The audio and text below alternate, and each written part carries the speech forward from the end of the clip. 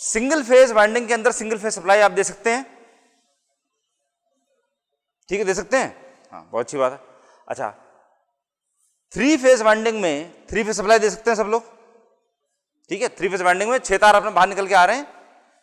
3 phase winding में basically क्या हो रहा है, इसमें आपने 3 फेज वाइंडिंग करी हुई है, ये स्टेटर है।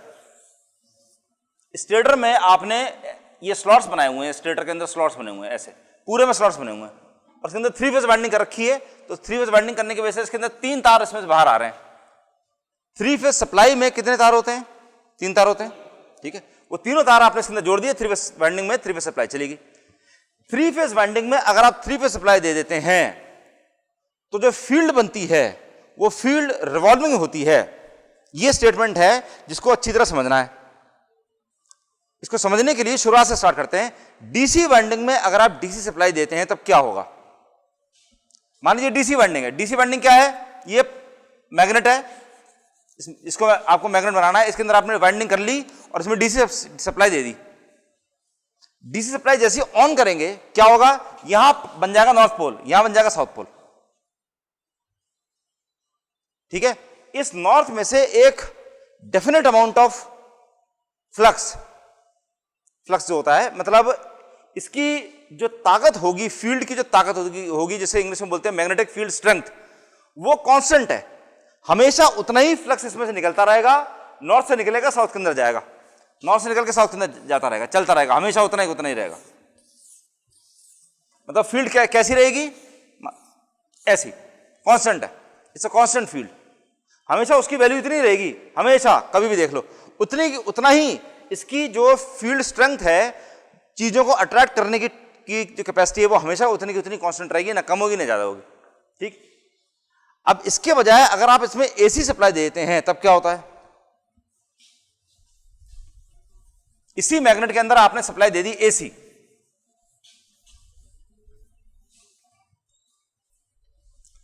डीसी सप्लाई से आपको डीसी फील्ड मिली थी ऐसी, एसी सप्लाई देने से इसी चीज में सप्लाई आपको मिलेगी ऐसी। इसमें और इसमें फर्क क्या है, ये ऐसी चीज है कि हमेशा वैल्यू उतनी की उतनी चली जा रही है। अगर ये 10 है, 10 मिलीवेबर है तो 10 वेबर ही रहेगा, 10 ही इसकी वैल्यू है। इसमें क्या है 0 1 2 3 4 करते हुए 20 तक पहुंच गया, 20 से कम होता होता फिर दोबारा 0 पहुंच गया, फिर कम होता होता -20 तक पहुंच गया, फिर होता होता फिर 0 पर आया, ये वाली चीज, ठीक। तो ये बेसिकली ऐसी चीज है कि इसमें इस मैग्नेट में अगर आपने वाइंडिंग कर रखी है, वाइंडिंग करके और इसमें सप्लाई दे दी तो ये नॉर्थ बनेगा, साउथ बनेगा। जितनी देर ये वाला पार्ट आ रहा है, आधी साइकिल, ये वाली आधी साइकिल, उतनी देर में ये नॉर्थ और ये जो साइकिल आ रही है इसमें ये नॉर्थ और ये वाला साउथ बनेगा, उल्टे हो जाएंगे। और इसके साथ साथ ये वाली चीज भी होगी कि इसकी पहले इसमें थोड़ा सा फ्लक्स निकलेगा। जब ये वाला पार्ट था तो थोड़ा सा फ्लक्स निकल रहा है, जैसे जैसे करंट बढ़ता आ रहा है, सप्लाई बढ़ती आ रही है, वैसे वैसे इसमें फ्लक्स बढ़ता आ रहा है। बढ़ते बढ़ते यहां पर इस पर्टिकुलर पॉइंट पर इसमें से सबसे ज्यादा फ्लक्स निकल रहा होगा, और उसके बाद में जब भी कम होना शुरू हो जाएगा तो फ्लक्स फिर से कम होता जाएगा, और होते होते यहां पर फ्लक्स कितना निकल रहा है इसमें से 0। मतलब ना तो ये नॉर्थ है ना साउथ है, ना ये नॉर्थ है ना साउथ है, कोई इसके अंदर फ्लक्स है ही नहीं। फिर उसके बाद में इधर से नॉर्थ बनना शुरू हो जाएगा, इधर साउथ बनना शुरू हो जाएगा, और उसकी वैल्यू ये वैसे समझ लीजिए जैसे झूले होते हैं। झूले में आपने देखा होगा जो झूले में बैठ जाते हैं पेंडुलम की तरह से, इसमें बैठिए जैसे इधर जाएगा तो आप बढ़ते जा रहे हैं, बढ़ते यहाँ पीक तक पहुंच गए, फिर कम होना शुरू हो गए, कम होते होते 0 पर आ गए, फिर नेगेटिव साइड में बढ़ने शुरू हुए, फिर पीक तक पहुंच गए, फिर वहां से 0 पर आ गए, ठीक है। तो इस झूले की तरह which is known as swing, इस झूले की तरह से इसका मोशन होता है। अगर आप सिंगल फेज वाइंडिंग में सिंगल फेज सप्लाई दे दें तो 3 फेज वाइंडिंग में अगर आपने 3 फेज सप्लाई दे दी तो वो वैसे झूले की तरह बन जाता है जैसा झूला वर्क करता है मेरी गो राउंड की तरह से। मेरी गो राउंड क्या होता है, वो चीज देखिए, छोटे बच्चे होते हैं उसमें वो घोड़े वोड़े बने होते हैं, घोड़े में डंडा पकड़ के बैठ जाते हैं, गोल गोल घूमते रहते हैं, उसकी तरह से ये वाली फील्ड बन जाती है। ये फील्ड उसकी तरह की है। तो ये फील्ड कैसी है, it is revolving in nature. Revolve करने का मतलब क्या है, गोल गोल घूमना। तो it is revolving in nature, इसका मतलब क्या है कि जैसे ही मान लीजिए आपने इसके अंदर 2 पोल बना रखे थे और इसके अंदर ये जो स्लॉट्स बने हुए हैं ऐसे ऐसे 1 2 3 4 करते करते यहां पे 32 33 34 35 करते करते यहां तक कितना हो गया, 32 2 64, ठीक है। इतने स्लॉट्स हैं। आपने जैसी सप्लाई इसके अंदर दी है 1 से लेकर 32 तक नॉर्थ पोल बन गया, और 33 से 64 तक साउथ पोल बन गया। एक फ्रैक्शन ऑफ अ सेकंड के बाद बहुत जल्दी, वेरी क्विकली, बहुत जल्दी क्या होगा, जो नॉर्थ पोल 1 से 32 तक था अब वो हो जाएगा 2 से लेकर करके 33 तक का। तो साउथ पोल कहां से कहां तक का हो जाएगा, 34 से लेकर करके 1 तक का। क्लियर है? एक स्लॉट खिसक गया, इसके थोड़ी देर के बाद क्या होगा, ये हो जाएगा। अब नॉर्थ पोल कहां से कहां तक हो गया, 3 से लेकर के 34 तक का। इस लाइन के ऊपर 3 से लेकर 34 तक नॉर्थ पोल हो गया, और 35 से लेकर 2 तक का क्या बन गया, साउथ पोल। और ऐसे ऐसे करते करते पूरा वो नॉर्थ साउथ गोल गोल घूमते जाएंगे, घूमते घूमते दोबारा अपनी जगह पर आ जाएंगे। मतलब एक टाइम बीच में ऐसा आएगा जब 1 से 32 तक साउथ पोल होगा, तब 33 से 64 तक नॉर्थ पोल होगा। ठीक है? और घूमते हुए फिर दोबारा घूमते हुए चक्कर जब पूरा कर लिया, तब दोबारा 1 से लेकर 32 तक नॉर्थ पोल, 33 से 64 तक साउथ पोल हो गया। दिस इज 1 रेवोल्यूशन, एक रेवोल्यूशन है, एक चक्कर है। ऐसे ऐसे कई सारे चक्कर वो 1 मिनट के अंदर काट लेगा, जिसको घूमने की एक स्पीड है। तो दिस फील्ड, ये जो फील्ड है, this field is known as revolving magnetic field. Revolving magnetic field, ऐसी मैग्नेटिक फील्ड जो रिवॉल्व कर रही है, गोल गोल घूम रही है। अब देखिए, इस रिवॉल्विंग मैग्नेटिक फील्ड के घूमने की जो स्पीड है, that speed is known as synchronous speed.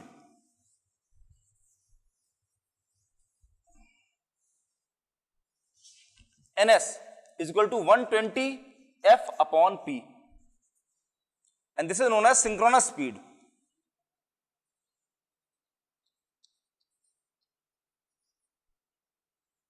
this synchronous speed, synchronous speed वो स्पीड है जिस स्पीड पर फील्ड घूम रही है। नॉर्मल सप्लाई इसमें by the way 120 f upon p, f क्या है, f क्या होता है हमेशा, फ्रीक्वेंसी। f का मतलब फ्रीक्वेंसी होता है। नॉर्मल जो सप्लाई वोल्टेज आती है उसकी फ्रीक्वेंसी कितनी होती है, 50 हर्ट्ज, 50 साइकिल पर सेकंड। सब जगह आपको कहीं लिखा हुआ देखा होगा 50 साइकिल पर सेकंड, 50 हर्ट्ज वो होती है। तो f की नॉर्मल वैल्यू जो होती है 50 होती है। यहां पर पोल कितने बन रहे हैं, कितने पोल बने, 2, एक नॉर्थ एक साउथ, 2 पोल बने। ठीक, तो ऐसे में ns की वैल्यू कितनी हो जाएगी, 3000 आरपीएम। तो इस केस में इस जहां पर p की वैल्यू 2 है, वहां पर जहां पर p की वैल्यू 2 है, वहां पे ns की वैल्यू हो जाएगी 3000 आरपीएम, रिवोल्यूशंस पर मिनट। 1 मिनट के अंदर कितने चक्कर उसने काट लिए, 1 मिनट में 3000 रेवोल्यूशंस। तो रेवोल्यूशन पर सेकंड, 1 सेकंड के अंदर कितने हो जाएंगे, 1 सेकंड में।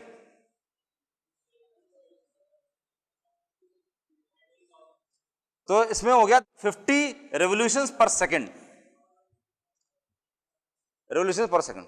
ठीक है, 4 पोल के लिए कितनी स्पीड हो जाएगी,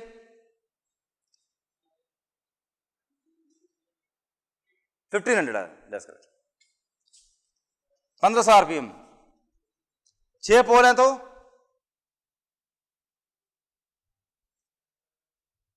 नहीं, 1200 नहीं, 1000, 1000। 8 हैं तो 750, 750 आरपीएम।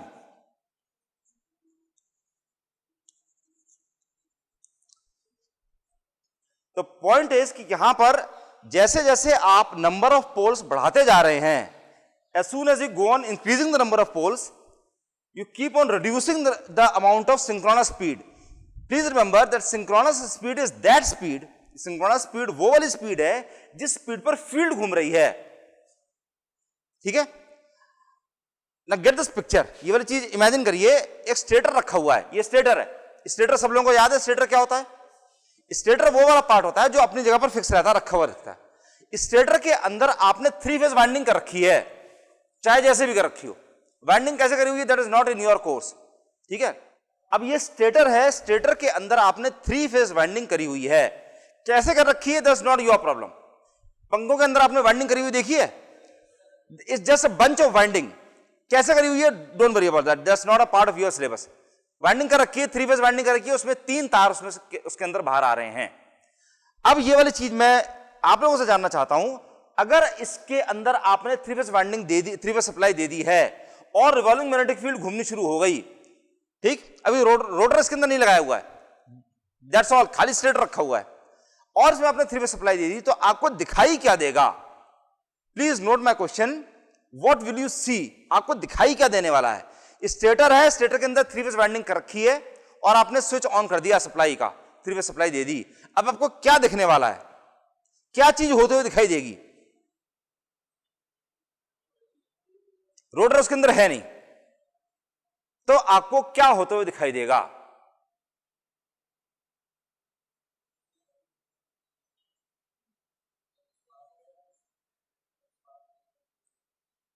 नहीं, स्पार्किंग तो नहीं, उसमें नॉर्मल अपनी 3 फेज वाइंडिंग, 3 फेज वाइंडिंग में 3 फेज सप्लाई चली गई, 3 फेज वाइंडिंग में 3 फेज सप्लाई दे दी, तो क्या क्या बन जाएगा वहां पे? अभी मैंने थोड़ी देर पहले बताया, रिवॉल्विंग मैग्नेटिक फील्ड बन जाएगी, ठीक। अब रिवॉल्विंग मैग्नेटिक फील्ड गोल गोल घूम रही है, आपको दिखाई क्या देने वाला है? क्या चीज होते हुए दिखाई देगी?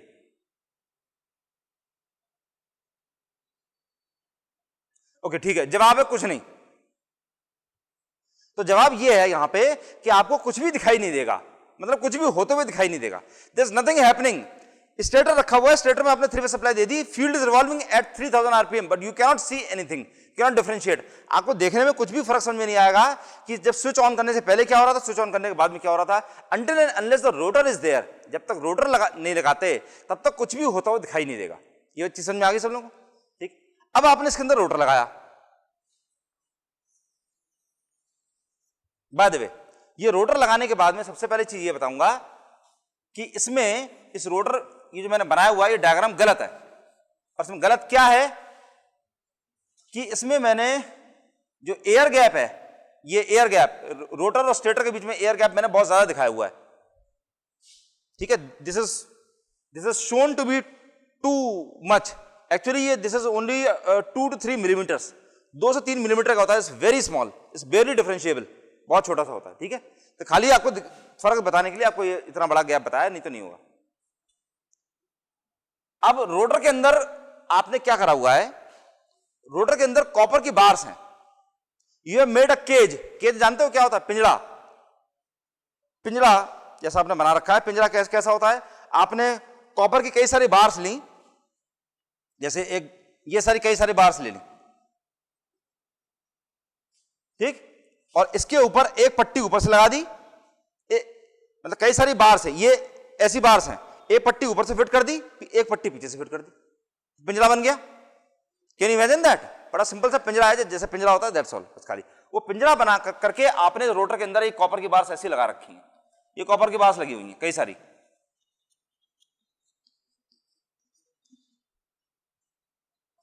अब देखो क्या होता है, मैं एग्जाम्पल के लिए मैं ये बताता हूं। मान लीजिए इसके अंदर 4 पोल बन रहे थे, यहां से यहां तक नॉर्थ पोल बना, स्टेटर में नॉर्थ पोल बना, यहां से यहां तक साउथ पोल बना, यहां से यहां तक नॉर्थ पोल बना, यहां से यहां तक साउथ पोल बना, ऑल्टरनेट बनते हैं, ठीक है, ऑल्टरनेट पोल्स बनते हैं, नॉर्थ पोल यहां, साउथ पोल यहां, नॉर्थ पोल यहां, साउथ पोल यहां, इस तरह से बन गए हैं।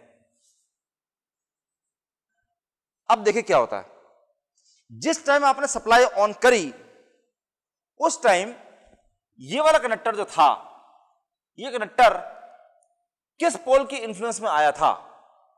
नॉर्थ पोल के इन्फ्लुएंस में, मतलब ऑन होते ही उसने सबसे पहले नॉर्थ पोल के इन्फ्लुएंस में अपने आप को पाया। सप्लाई जैसे ही ऑन हुई सबसे पहले उसने देखा नॉर्थ पोल मेरे ऊपर है, then it wants to remain in the company of north pole only, वो नॉर्थ पोल के साथ में ही रहना चाहता है।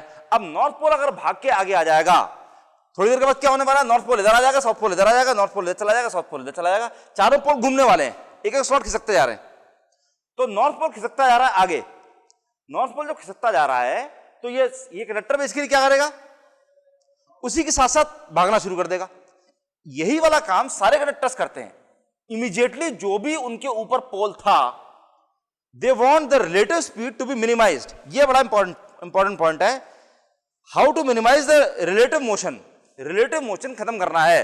इसका एग्जांपल इस तरह समझिए, मान लीजिए आप खड़े हुए हैं और आपके साथ में आपका एक और दोस्त जो है वो भाग रहा है, दौड़ रहा है, he is running at the speed of 5 kilometre per hour, 5 kilometre per hour की स्पीड पर दौड़ रहा है, इसके मतलब क्वाइट फास्ट दौड़ रहा है। अब आप चाहते हैं कि आपके और उसके बीच में रिलेटिव मोशन जीरो हो जाए, मतलब आप खड़े हुए दौड़ता हुआ इधर से आया, इधर से आगे निकल गया। चलिए 5 अगर बहुत ज्यादा तो हम कम मान लेते हैं, 1 मान लेते हैं, 2 मान लेते हैं, दौड़ता हुआ चला जा रहा है और आगे चला गया। अब आप चाहते हैं कि आपके और उसके बीच में स्पीड का जो डिफरेंस है वो खत्म हो जाए, क्या करेंगे? Correct, that's correct. आपके पास 2 ऑप्शन है। पहला ऑप्शन क्या है कि आप उसको रोक लीजिए, तो जिससे आपकी स्पीड भी जीरो हो गई, उसकी स्पीड भी जीरो हो गई, that is one option. Another option is कि आप उसी की स्पीड में उसके साथ साथ दौड़ना शुरू कर दीजिए। तो दोनों में डिस्टेंस है, लेकिन दोनों सेम स्पीड पर दौड़ जा रहे हैं, तो दोनों के बीच में रिलेटिव स्पीड जीरो हो गई। ठीक, एक इंटरव्यू हुआ था यहीं के कुछ बैचेस पहले की बात है, उन लोगों का इंटरव्यू वॉक इन इंटरव्यू के लिए बुलाया था उनको दिल्ली में। तो दिल्ली में उन लोगों ने बेसिकली क्या करा, इंटरव्यू रूम जो उसके ऊपर पंखा चल रहा है, ये वाला पंखा चल रहा है, उसके नीचे बैठे हुए हैं। जैसे ही वो कैंडिडेट आया, जो भी कैंडिडेट आया, जैसे ही बैठा उससे उन्होंने कहा कि इस पंखे के अंदर कितने ब्लेड्स हैं, कितने इसके अंदर पंखड़ियां हैं, बताइए बताइए। कैसे पता, कैसे पता? कोई भरोसा नहीं है। दो ब्लेड वाले भी पंखे आते हैं, 4 ब्लेड वाले भी आते हैं। हो सकता है ये 3 वाला हो, लेकिन उसको मैंने तोड़ दिया हो, एक को तोड़ दिया हो, खाली 2 चल रही हो।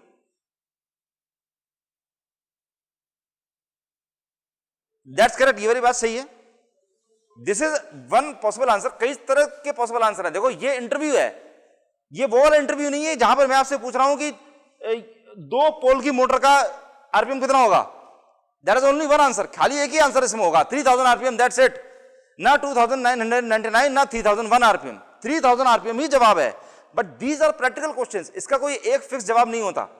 आप अगर ये कह सकते हैं कि सर मैं हवा के प्रेशर से कितनी मेरे को हवा लग रही है, उसके हिसाब से मैं आपको बता सकता हूं कि इसके अंदर कितने ब्लेड्स हैं, that is one possible answer. और भी इस तरह कई सारे जवाब वहां पे आते रहे, लेकिन वो अल्टीमेटली वो ये पूछते थे कि how can you be sure इसके अंदर 3 ब्लेड्स हैं। Any idea?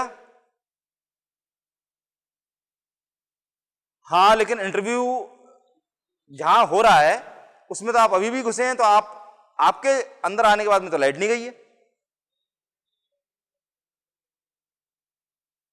That's one smart answer, that's one smart answer. ये एक बड़ा बढ़िया स्मार्ट आंसर है। इस तरह से यही स्मार्ट आंसर एक्सपेक्टेड होता है। वहां पे बात है, उस इंटरव्यू में जिस जन को उन्होंने सेलेक्ट किया, उसने क्या काम करा था, उससे जैसे ही उन्होंने पूछा कि कितने ब्लेड्स हैं, उसने देखा sorry sir I don't know, इसके अंदर 2 भी हो सकते हैं, 3 भी हो सकते हैं, 4 भी हो सकते हैं, बताइए कि कितने उसके अंदर। जस्ट मिनट सर, उठ के गया, उसने स्विच ऑफ कर दिया, आगे बैठ गया, पंगा रुक गया, सर 3 ब्लेड्स हैं, एंड ही वाज सेलेक्टेड। ठीक है, द पॉइंट इज कि एक और था, उसने ये कहा था कि सर मैं अगर इसकी स्पीड से मैं अपना सिर घुमाना शुरू कर दूं तो मेरे में और इसके बीच में रिलेटिव स्पीड 0 हो जाएगी, तो मेरे को दिखाई देना शुरू हो जाएगा कि इसके अंदर कितने ब्लेड्स हैं। दैट्स ट्रू, ये मैथमेटिकली ट्रू है, but practically not possible. Practically आप 900 आरपीएम पर अपना सिर घुमा नहीं सकते। किसी भी कितने भी स्पीड में दौड़ रहे हो आप, 900 आरपीएम पर गोल गोल नहीं घूम सकते, ना सिर घुमा सकते हैं, कुछ नहीं कर सकते। तो ऐसे जवाब वहां पे एक्सपेक्टेड नहीं होते। ऐसे बहुत तरह तरह के क्वेश्चन हो सकते हैं, हर एक का जवाब हो सकता है। मेरा सजेशन ये है कि अपने सीनियर से आप जब ये पूछे कि आपसे क्या पूछा गया था, उसके साथ साथ में ये भी पूछिए कि आपने क्या जवाब दिया था। ये सीनियर से अभी इस टाइम फीडबैक लेके रखिए, नेक्स्ट ईयर आप लोगों के लिए बहुत इनवैल्यूएबल चीजें हो जाएंगी, ये वाली चीज बहुत काम में आ जाएंगी। ठीक है, तो यहां पर वो that example was for relative motion. Relative motion का मतलब यहां पर क्या है कि अगर ये कंडक्टर इस नॉर्थ पोल के साथ में रिलेटिव मोशन खत्म करना चाहता है तो इसके पास एक ही ऑप्शन है, ये फील्ड को रोक ले, वो तो करना पॉसिबल नहीं है। द ओनली ऑप्शन इज कि स्टार्ट रनिंग आफ्टर दैट। जब ये दौड़ना शुरू करता है उसके पीछे दौड़ना शुरू कर दो। द प्रॉब्लम इज कि this is a mechanical rotor, very heavy, बहुत हैवी है, कम से कम 15-20 किलो का है, मे बी इवन मोर। ऐसे बड़े बड़े रोटर भी होते हैं जिनका डायमेंशन पूरे हॉल के बराबर होता है, तो उनके लिए इतनी जल्दी भागना पॉसिबल नहीं है। They can not run so fast, इतनी जल्दी नहीं भाग सकते। तो बेसिकली क्या है, जितनी देर में ये नॉर्थ पोल यहां पर आ गया उतनी देर में ये कंडक्टर कहां तक पहुंच पाया, यहां तक। जब ये नॉर्थ पोल यहां पर आ गया था उस टाइम यहां पर कौन सा पोल था, let us call this N1, this is S1, this is N2, this is S2। जितनी देर में N1 S1 की जगह पर आ गया उस टाइम ये कंडक्टर यहां पर पहुंचा था, उस टाइम यहां पर कौन सा पोल था, S2, दैट्स करेक्ट, बिल्कुल सही बात है, वेरी गुड। उस टाइम यहां पर S2 पोल आ चुका था। अब वो कंडक्टर क्या करेगा, it's a very practical conductor, ये हम लोगों की तरह सेंटिमेंटल नहीं है, it's a very practical one. तो जैसे ये नॉर्थ वाला भाग के उधर चला गया, इसके पास आ गया साउथ ही वाला, साउथ, दैट्स फाइन, जो भी पोल आ गया अब वो उसको फॉलो करना शुरू कर देता है, सिंपल। जो भी इमीडिएट पोल उसके ऊपर है उसको वो फॉलो करता रहेगा। इसके पहले कि वो यहां से यहां तक पहुंच पाए, उससे पहले ये साउथ S2 भाग के आगे आ चुका है और ये N2 यहां पर आ चुका है, तो N2 के पीछे पीछे भागना शुरू कर देगा। It's like that. Eventually what happens is कि सारे कंडक्टर्स अपने अपने पोल्स, जो भी पोल्स आते रहेंगे जाते रहेंगे, कोई आया उसके पीछे पीछे दौड़ेंगे, वो पोल आगे भाग गया, दूसरा आ गया उसके पीछे भागेंगे। तो इस तरह से ये कंटिन्यूसली वाला प्रोसेस पूरा चलता रहता है। और चलते चलते बेसिकली क्या होता है, वो रोटर धीरे धीरे उसकी स्पीड बढ़ती जाती है, ठीक है। तो वो स्पीड पकड़ता जाता है, जैसे जैसे धीरे धीरे बढ़ता जाएगा, बढ़ते बढ़ते उसकी स्पीड बढ़ती जाएगी, बढ़ते बढ़ते एक मैक्सिमम स्पीड पर which is slightly less than the synchronous speed. इससे थोड़ी सी कम स्पीड पर ये रोटर अपनी फुल पॉसिबल स्पीड पर दौड़ना शुरू कर देता है। It's running at the maximum RPM. और वो स्पीड कौन सी है, वो that speed is like this. NR अगर आप देखते हैं यहां पर NR which is the rotor speed, ये सिंक्रोनस स्पीड थी, this is the rotor speed. Rotor speed 3000 के केस में रोटर स्पीड अगर आपने लोड नहीं लगाया हुआ है तो देयर इज नो लोड आपने इस पर नहीं लगा रखा है। मोटर के ऊपर लोड जो आप लगाएंगे वो किस तरह का लोड होगा, इलेक्ट्रिकल लोड होगा कि मैकेनिकल लोड? मोटर के ऊपर mechanical load, that's correct. Motor के ऊपर जो आप लोड लगाने वाले हैं that is basically mechanical load. तो उसके केस में यहां पर जो स्पीड होगी that will be close to से 2950 आरपीएम। 1500 केस में से something like 15, 40, 50, 60 something like this, 60 RPM. 1000 case में से 960, 955, 950 समथिंग, 970 आरपीएम। और 750 केस में से 740 आरपीएम समथिंग लाइक दिस। इस तरह का होता है, अप्रोक्सीमेट वैल्यूज हैं, but you get the idea. इतनी सी स्पीड उसमें कम रहेगी और वो इस स्पीड पर दौड़ रहा होगा। इस 1460 सॉरी, बढ़ा के नहीं लिखिए, वो कम है। इससे मतलब एज यू कैन सी इसमें हर एक में 50-60 आरपीएम, 40, 50, 60 आरपीएम का फर्क पड़ रहा है। And that difference in speed is known as slip speed. Slip speed, and this is equal to ns minus nr. इस केस में कितनी है 50 आरपीएम, इस केस में कितनी है 40, इस केस में 30, इस केस में 10। बट ये कोई हार्ड एंड फास्ट रूल नहीं है, कम ज्यादा हो सकती है, but it can never reach the synchronous speed. Synchronous speed की वैल्यू तक रोटर कभी भी नहीं दौड़ पाएगा फॉर 2 रीजंस। पहला reason, it's a mechanical device. ये जो फील्ड घूम रही है, फील्ड इज हाइपोथेटिकल, मतलब it does not actually exist. कोई मैकेनिकल मोशन इसके अंदर नहीं हो रहा है, केवल करंट भाग रहा है। करंट की वजह से फ्लक्स केवल दौड़ रहा है। करंट की स्पीड कितनी होती है? करंट की speed is equal to the speed of light. Speed of light कितनी होती है? 3 × 10⁸ metre per second, which is huge, मतलब ऑलमोस्ट इंस्टेंटेनियस, फटाफट। तो वो इतनी जल्दी घूम सकता है, तभी 3000 आरपीएम पे घूम सकता है। लेकिन रोटर जो है, रोटर कभी भी उतनी स्पीड पे नहीं भाग पाएगा। मैकेनिकल बेयरिंग्स जो उसके अंदर लगी हुई है, उसके अंदर फ्रिक्शन होना शुरू हो जाएगा, मैकेनिकल लॉसेस। एयर ड्रैग क्या होती है? आप साइकिल पे तेज चलाते जा रहे हैं तो हवा इधर की चल रही होती है उसकी, वो आपको रोकती है, that is again air drag. तो वो एयर ड्रैग इस रोटर पे लगता रहेगा। एयर ड्रैग अगर ये इधर घूम रहा है तो एयर ड्रैग इस तरह वर्क करेगा, उल्टी तरफ।